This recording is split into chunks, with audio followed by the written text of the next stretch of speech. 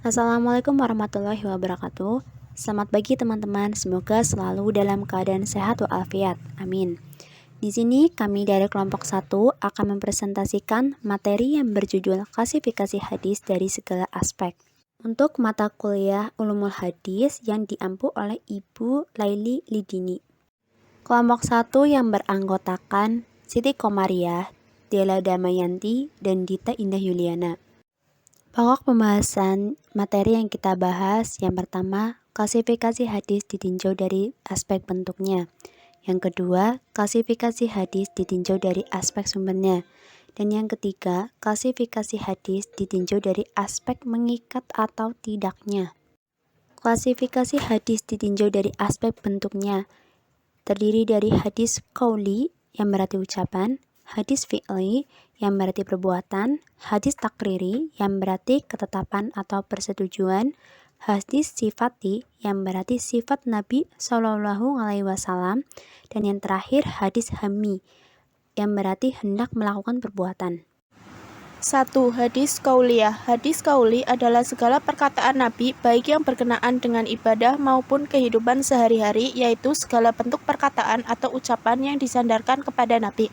Contoh hadisnya berbunyi, Man Abi Hurairah qala Rasulillah alaihi wasallam man kadzaba alayya muta'ammidan falyatabawwa maq'adahu minan nar, yang artinya dari Abu Hurairah radhiyallahu anhu, Rasulullah shallallahu alaihi wasallam bersabda, barang siapa sengaja berdusta atas diriku, hendaklah ia bersiap-siap menempati tempat tinggalnya di neraka. Hadis riwayat Muslim. Hadis fi'liyah, yaitu seluruh perbuatan yang dilaksanakan oleh Rasulullah SAW. Hadis fi'liyah adalah segala perbuatan yang disandarkan kepada Nabi, seperti cara Nabi melaksanakan sholat, wudhu, dan lain-lain yang disampaikan kepada umat Islam melalui sahabat.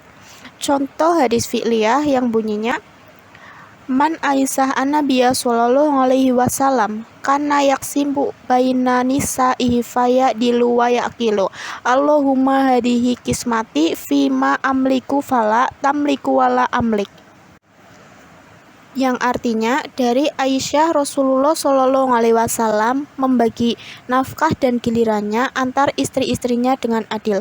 Beliau bersabda, Ya Allah, inilah pembagianku pada apa yang aku miliki. Janganlah engkau mencelaku dalam yang tidak aku miliki. Hadis riwayat Abu Daud, At-Tirmizi, An-Nasa'i, dan Ibnu Majah. Hadis yang ketiga yaitu hadis takririyah.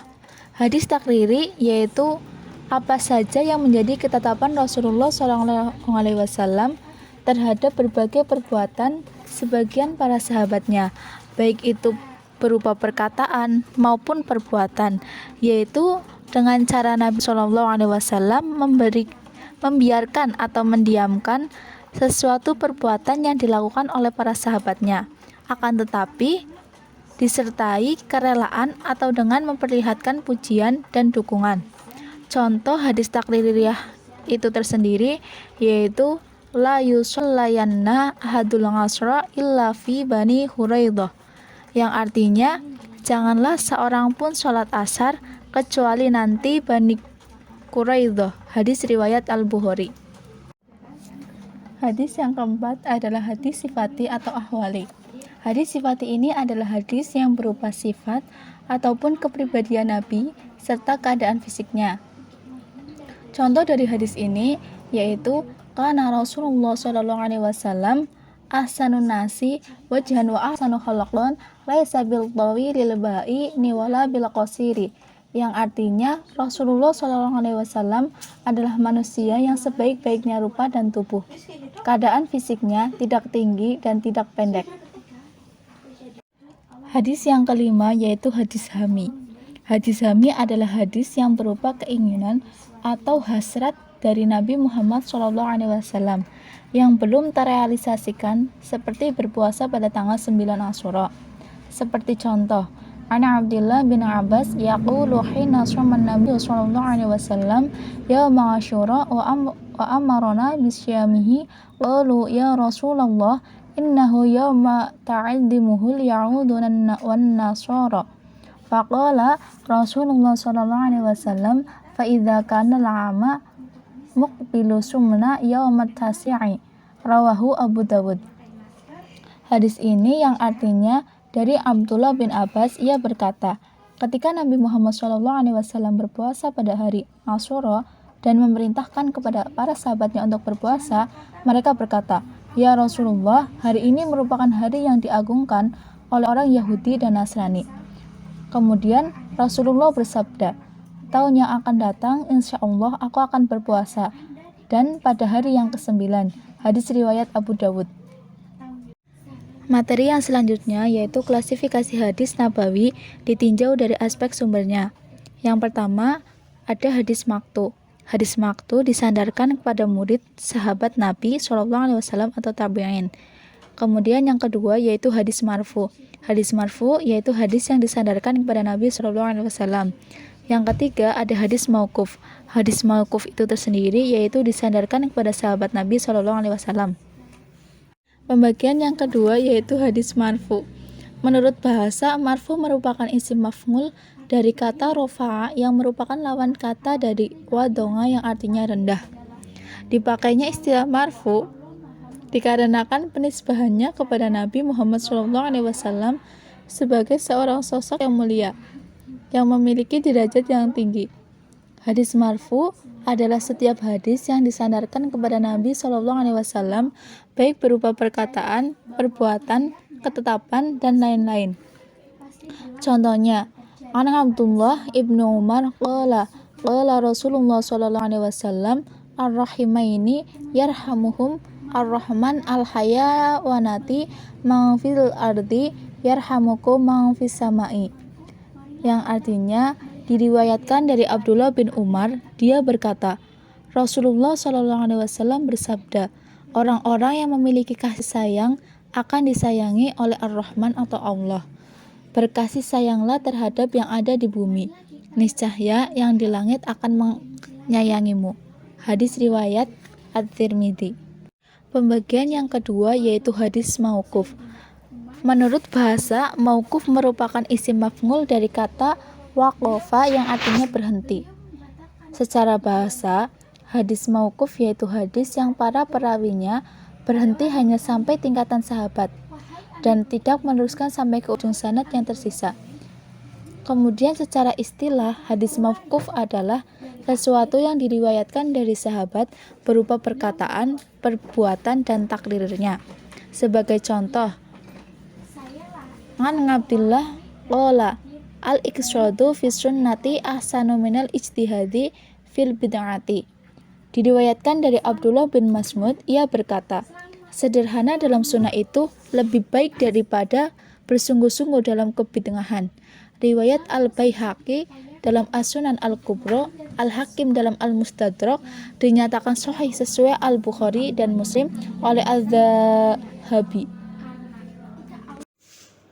Selanjutnya yang ketiga yaitu hadis maktu. Hadis maktu menurut bahasa adalah yang dipotong.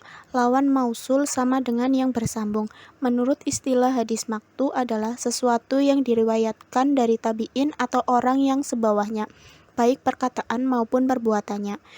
Contohnya riwayat Imam Al-Bukhari di sahihnya di awal bab Imamah Al-Maftun wa Al-Mubtadi kitab Al-Adhan, yaitu perkataan Imam Hasan Al-Basri tentang sholat di belakang seorang ahli bid'ah.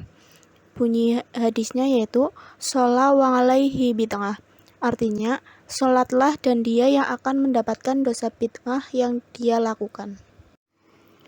Pembahasan selanjutnya yaitu mengenai klasifikasi hadis ditinjau dari segi aspek mengikat dan tidaknya, yang dibagi menjadi 3. Yang pertama, khususiyah, yaitu khusus bagi pribadi Nabi Shallallahu Alaihi Wasallam yang tidak bisa ditiru oleh umatnya.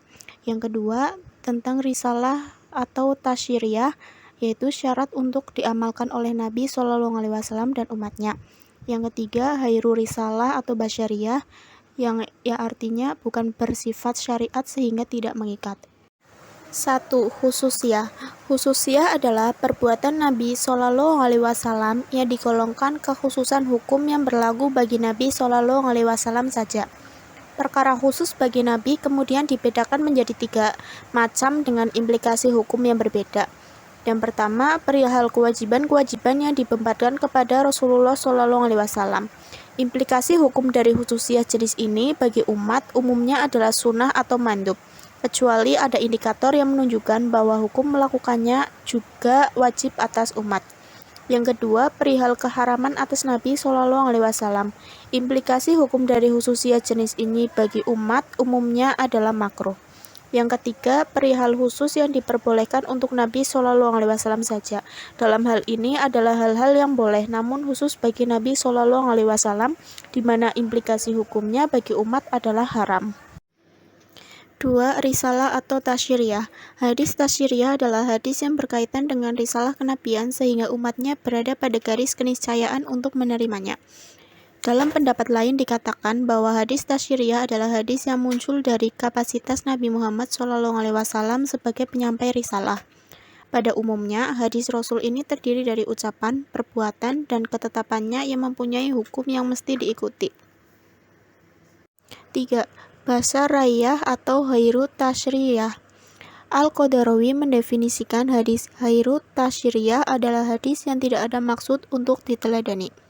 Hadis ghairu tasyiriyah adalah hadis yang tidak mengandung unsur syariat karena terikat dengan situasi, kondisi, dan konteks saat di mana Nabi Muhammad SAW mengeluarkan sabda tersebut, yaitu tentang ghairu tasyiriyah yang bersifat temporal atau khas dan situasional atau hal muayyan. Hadis ghairu tasyiriyah yaitu hadis yang tidak mesti diikuti dan tidak mengikat. Sekian presentasi dari kelompok kami. Mohon maaf apabila ada kesalahan. Terima kasih. Wassalamualaikum warahmatullahi wabarakatuh.